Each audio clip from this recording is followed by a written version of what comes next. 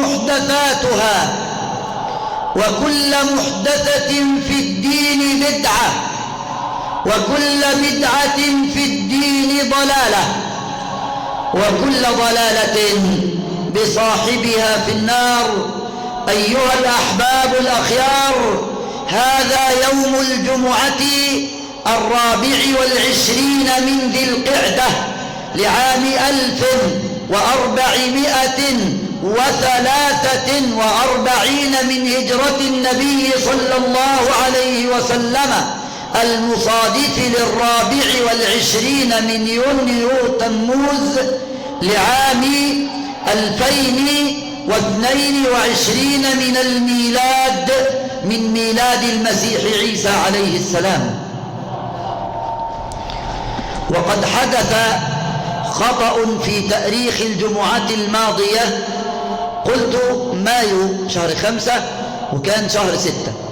أما الشهرين العربي والميلادي الصحيح إنهم ماشيين مع بعض متوازيين، لأن في خطأ في بعض النتائج المطبوعة من الشركات المصرية، في خطأ، لكن الصحيح إن الشهر العربي والشهر الميلادي ماشيين مع بعض يوم بيوم. النهارده 24 يونيو و24 ذي القعدة، ده كلام صحيح متأكد أنا منه بفضل الله عز وجل.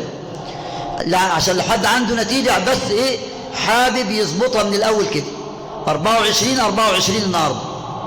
طيب، موضوع النهارده، موضوع خطبة النهارده قد يكون غريب شوية، لكنه مهم جدا. الموضوع اختاره من أحبه، أو يعني أحد الذين أحبهم أكثر من نفسي. هو موضوع جد جميل ورائع، قد تستغربون عنوانه، وعنوانه هو فضل الشيطان على الإنسان. إيه ده؟ فضل الشيطان على الإنسان؟ أيوة. إزاي؟ هو للشيطان فضل على الإنسان؟ إزاي؟ ده اللي هنعرفه من خلال سلسلة عملت عنها بحث طويل جدا، وعرفت أن الله عز وجل خلق الشيطان تفضلا على الإنسان. ده اللي هنعرفه بعد ما تسمعوني الصلاة والسلام على رسول الله صلى الله عليه وآله وسلم. وأنا يمكن النهاردة أصريت أن أنا أتكلم شوية بالعامية، ويعني أنسلخ قليلا من اللغة العربية الفصحى، وأنا أحب أن أتكلم بها، فهي لغة القرآن، لكن لغرابة الموضوع أريد أن أتحدث باللغة الدارجة حتى يسهل على الجميع فهم الموضوع. والموضوع هيتحدث فيه النهاردة، يعني هنتكلم فيه في 3 عناصر: أصل خلق بني آدم، أو أصل خلق آدم عليه السلام، وأصل خلق الشيطان عليه لعنة الله، عشان نعرف المسألة بدأت إزاي. صلي على رسول الله. لما خلق الله السماوات والأرض استعمر الأرض بالجن، ملأ الأرض بالجن.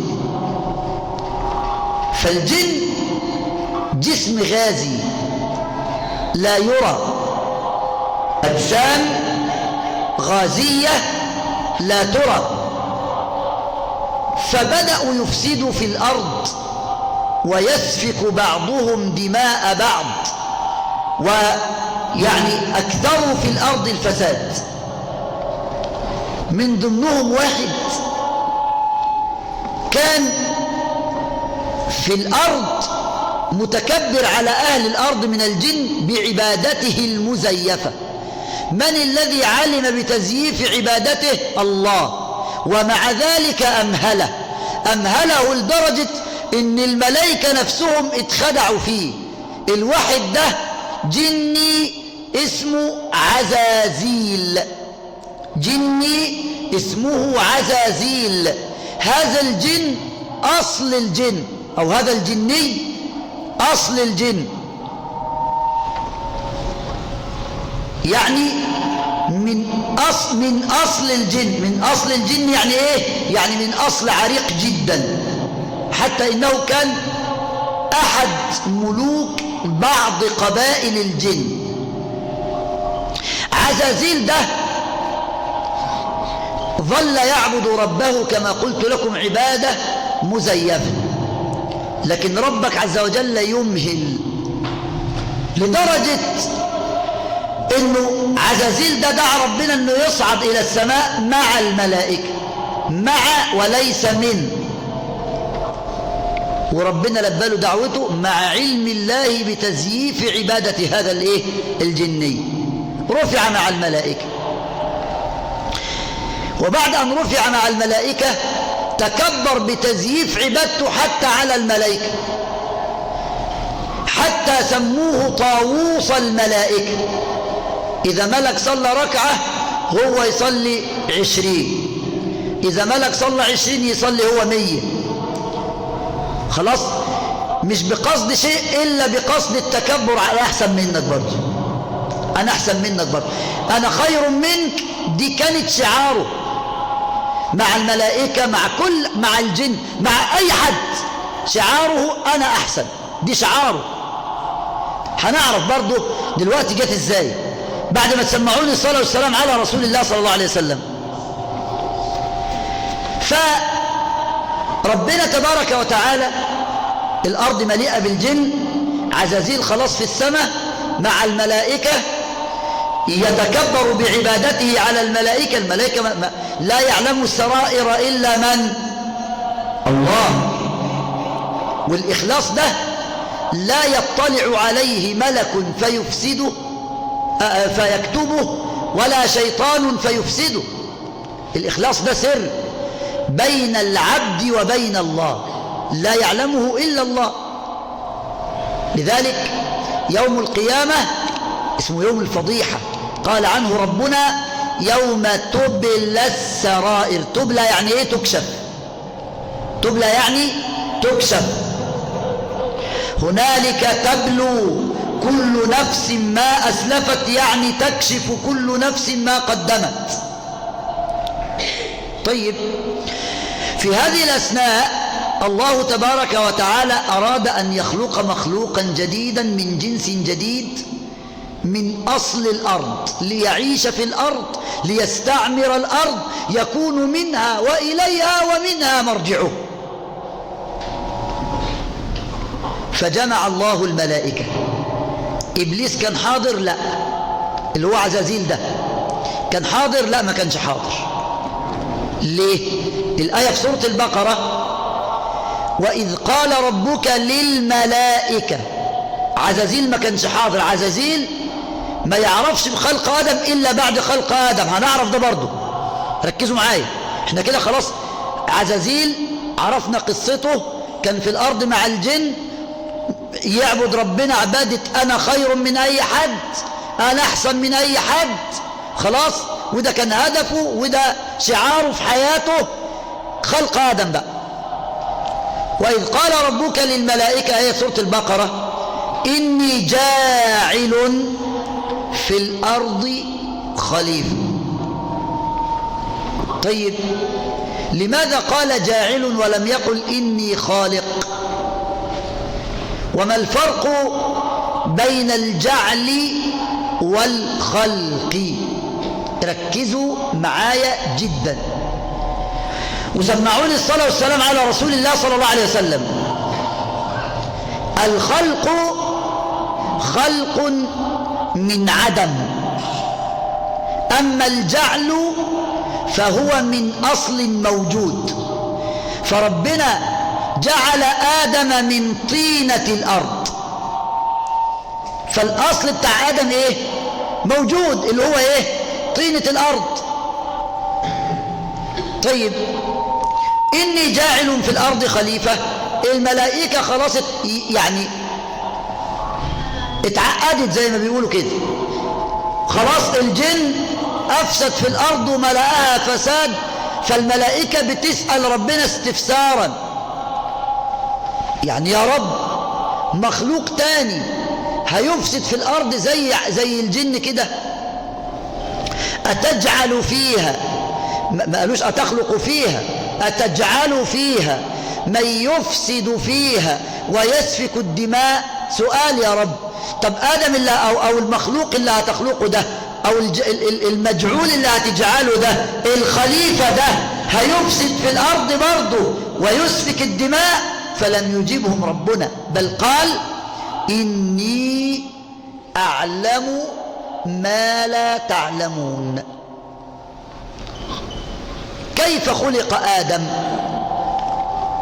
يروى أن الله عز وجل أراد أن يختبر الملائكة ليحدد وظائفهم مع بني آدم. ربك عز وجل أراد يحط الملائكة في اختبار ليحدد وظائفهم مع بني آدم. طب هو ربك ما يعرفش؟ يعلم سبحانه وتعالى، بس ربك تبارك وتعالى يريد أن يقيم حجة كل أحد عليه. الله تبارك وتعالى يريد أن يقيم حجة كل أحد على نفسه، فأرسل جبريل ليقتطع قطعة من طينة الأرض ليجعل منها هذا الخليفة. فنزل جبريل إلى الأرض فأراد أن يقتطع قطعة من الأرض، فقالت الأرض أستحلفك بالذي أرسلك ألا تقطع مني فأنا أخشى علي من الفساد. يعني إيه؟ الأرض بتقول له يا جبريل بستحلفك باللي بعتك، بالله يعني لا تقطع مني قطعة. ليه؟ لأن ربنا هيخلق بني آدم وهيفسدوا برضو في الأرض، منهم من يفسد في الأرض، وأنا أخشى علي من الفساد. كفاية اللي أنا فيه من الجن. طب الجن مش مخلوقين مني، الجن مخلوقين من نار، أما اللي هيخلق ده يبقى مني أنا، ودي مشكلة. فجبريل عظم قسم الله تبارك وتعالى ورجع، فأرسل الله تبارك وتعالى إسرافيل. إسرافيل ده مين؟ الموكل بالنفخ في الصور. فنزل إلى الأرض وأراد أن يقتطع قطعة، فقالت يا إسرافيل أستحلفك بالذي أرسلك ألا تقطع مني فأنا أخشى علي من الفساد، خايف على نفسي من الفساد. فنفخ نفختين ثم صعد.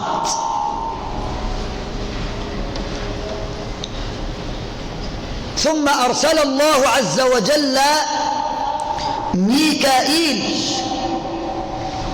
فنزل فقالت مثلما قالت فصعد. فأرسل الله عزرائيل، وكلمة عزرائيل كلمة عبرانية معناها الباكي المعتذر إلى الله عز وجل. إيل يعني إلهي، عزرا يعني عذر أو اعتذار، فهو الباكي النادم التائب المعتذر دائما، مع أن الملائكة لا تذنب، لا يعصون الله ما أمرهم ويفعلون ما يؤمرون، لكنه ده كان طبعه باكي معتذر إلى الله عز وجل، عشان كده سمي عزرائيل. فنزل فقالت أستحلفك بالذي أرسلك ألا تقطع مني فأنا أخشى علي من الفساد. فقال والله إن الذي أرسلني هو الذي تستحلفيني به، وقطع من كل عناصر طينة الأرض. ثم صعد إلى الله عز وجل فقال له الله أنت الموكل بقبض أرواحه وذريته، يعني يا ملك الموت من النهاردة انت وظيفتك ان انت تقبض روح آدم اللي هخلقه ده وذريته من بعده. قال سمعا وطاعة لأمر الله. بدأ الله عز وجل خلق آدم بيديه، لذلك قال تعالى لإبليس عليه لعنة الله: ما منعك أن تسجد لما خلقت بيدي؟ بإيدي أنا خلقته وانت مستكبر مش عايز تسجد. ما منعك أن تسجد لما خلقت بيدي. وخذوا السر ده بعد ما تسمعوني الصلاة والسلام على رسول الله. ما من مخلوق خلقه الله إلا وقد خلقه بكلمة كن. بكلمة إيه؟ كن. إلا آدم خلقه الله بيديه تشريفا وتعظيما وتكريما وتعظيما لآدم وذريته. فخلق الله آدم من طين وسواه وصوره، شكله يعني، ثم تركه. قال بعض العلماء: ترك آدم 40 يوما جسم بلا روح. وانتوا عارفين ان جسم الإنسان أجوف. أجوف يعني ايه؟ يعني من جوه فاضي، جوف في الأجهزة، من الداخل بداخل الأجهزة وفاضي أجوف. فلما جف الطين صار صلصالا. صار ايه؟ صلصالا. قال تعالى: أعوذ بالله من الشيطان الرجيم: خلق الإنسان، سورة الرحمن، خلق الإنسان من صلصال كالفخار. وقال تعالى في سورة الحجر: ولقد خلقنا الإنسان من صلصال من حمأ مسنون. تراب مسنون وبعدين اتحط عليه مية أصبح طين، أصبح صلصال. آدم الآن صلصال. عزازيل كان يمر عليه وهو ملقى لسه ما نفخش فيه الروح، فيركله برجله فيصلصل. يصلصل يعني ايه؟ يعمل، شفت لما يكون عندك مثلا قلة فاضية وترميها برجلك كده او تشوطها برجلك تعمل صوت كده زي صلصلة كده، صوت كده وهي ماشية في الأرض كده، ده اسمها صلصلة. اسمها ايه؟ صلصلة. فقال عزازيل: لئن سلطت عليه لأهلكنه إنه أجوف. يعني فاضي، لو سلطت عليه لأهلكنه. ثم جاء أوان نفخ الروح في آدم عليه السلام. إلى الآن عزازيل لما مر وركله برجله وسأل، فعلم أن الله سيجعل في الأرض خليفة تخلفه وذريته، يعني خلاص هو وذريته في الأرض ما عادش لهم مكان، خلاص ابن آدم هيستعمر الأرض. بدأ يحنق ويحقد على آدم، عشان بس عرفوا أن العداوة قديمة جدا. خلقه الله عدوا لك، ليه؟ عارف؟ عشان تحس بطعم العبادة، عشان تحس بحلاوة الطاعة، وعشان تحس بحلاوة ترك المعصية. خلي بالك، قال: لئن سلطت عليه لأهلكنه إنه أجوف. ثم جاء أوان نفخ الروح في آدم عليه السلام. كيف نفخ الله عز وجل الروح في آدم؟ وأين حدث ذلك؟ وأمام من؟ وما الذي حدث عند النفخ في الروح؟ هذا ما سنعرفه إن شاء الله في الجمعة القادمة إن قدر الله عز وجل اللقاء والبقاء. أقول ما تسمعون وأستغفر الله لي ولكم فاستغفروه إنه هو الغفور الرحيم.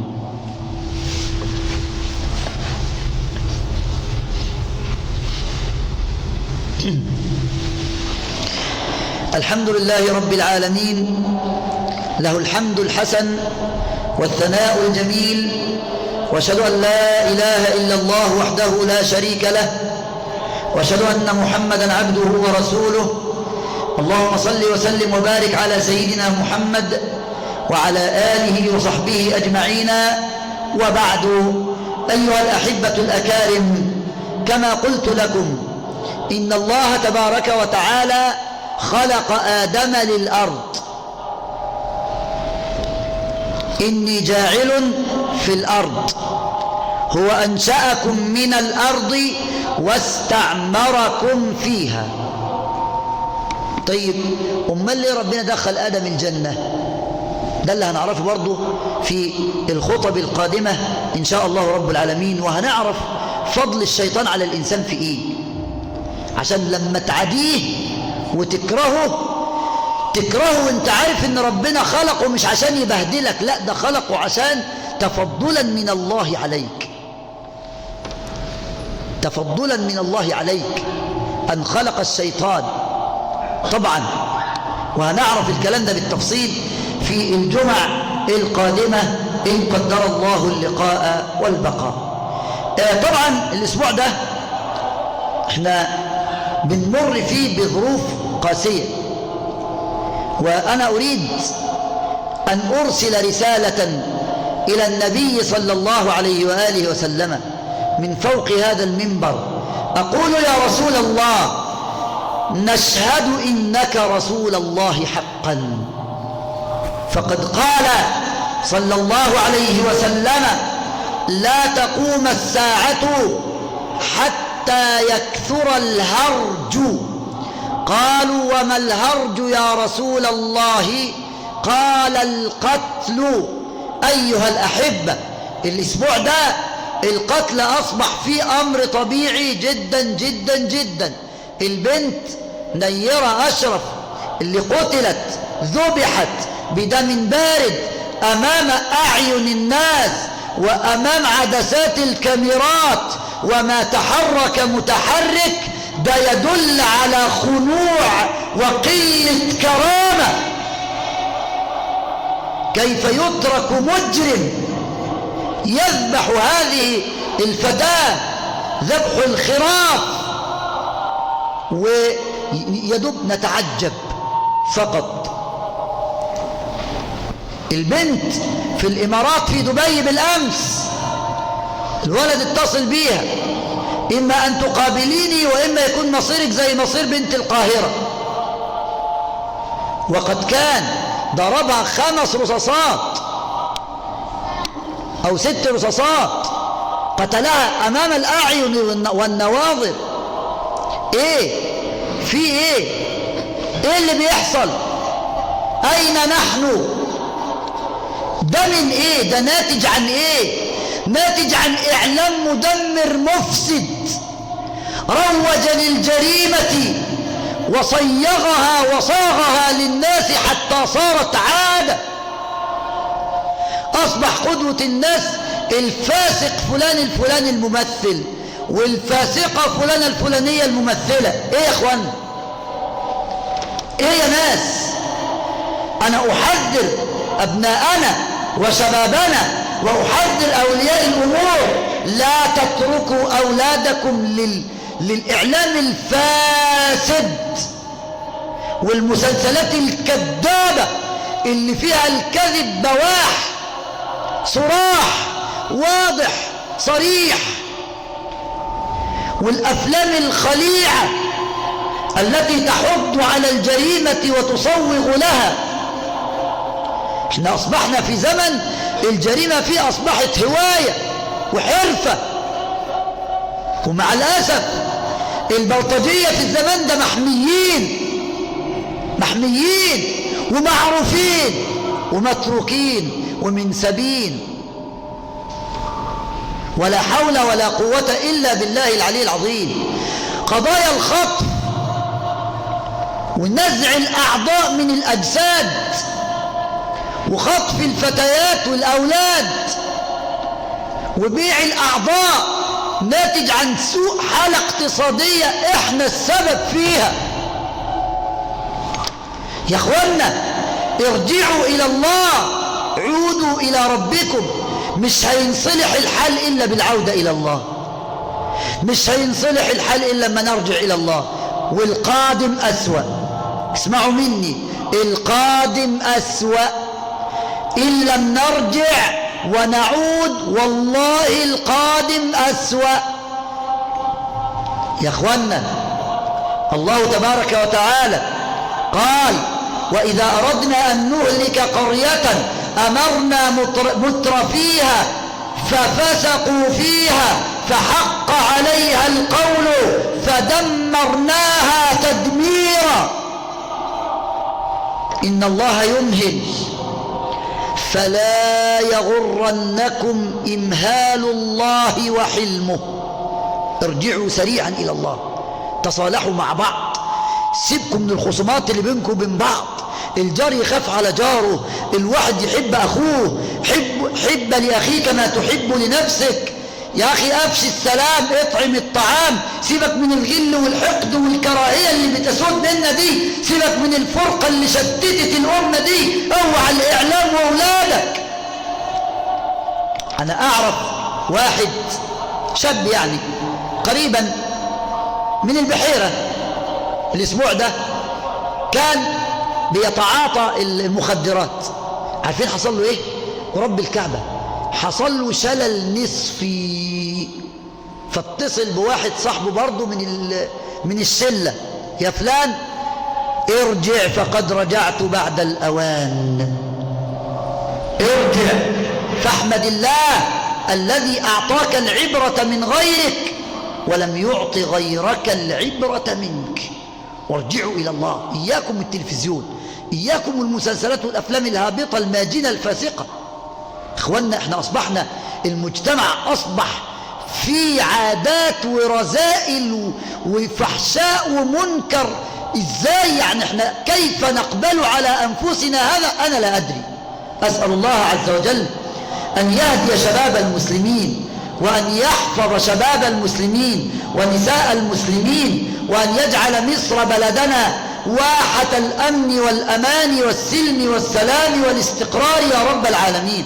اللهم اغفر ذنوبنا، اللهم اغفر ذنوبنا، واستر عيوبنا، واكشف كروبنا، وأصلح قلوبنا، تول أمرنا، اجبر كسرنا، احفظ مصر، احفظ مصرنا. اللهم احفظ مصر من كل مكروه وسوء. اللهم من أراد مصر وأهلها بخير فوفقه لكل خير، ومن أراد مصر وأهلها بسوء فاجعل كيده في نحره، واجعل تدميره في تدبيره يا رب العالمين. احفظ شباب مصر يا رب العالمين. اللهم احفظ شباب مصر من براثن المخدرات والتدخين يا رب العالمين. أقول ما تسمعون وأستغفر الله لي ولكم، وأقم الصلاة.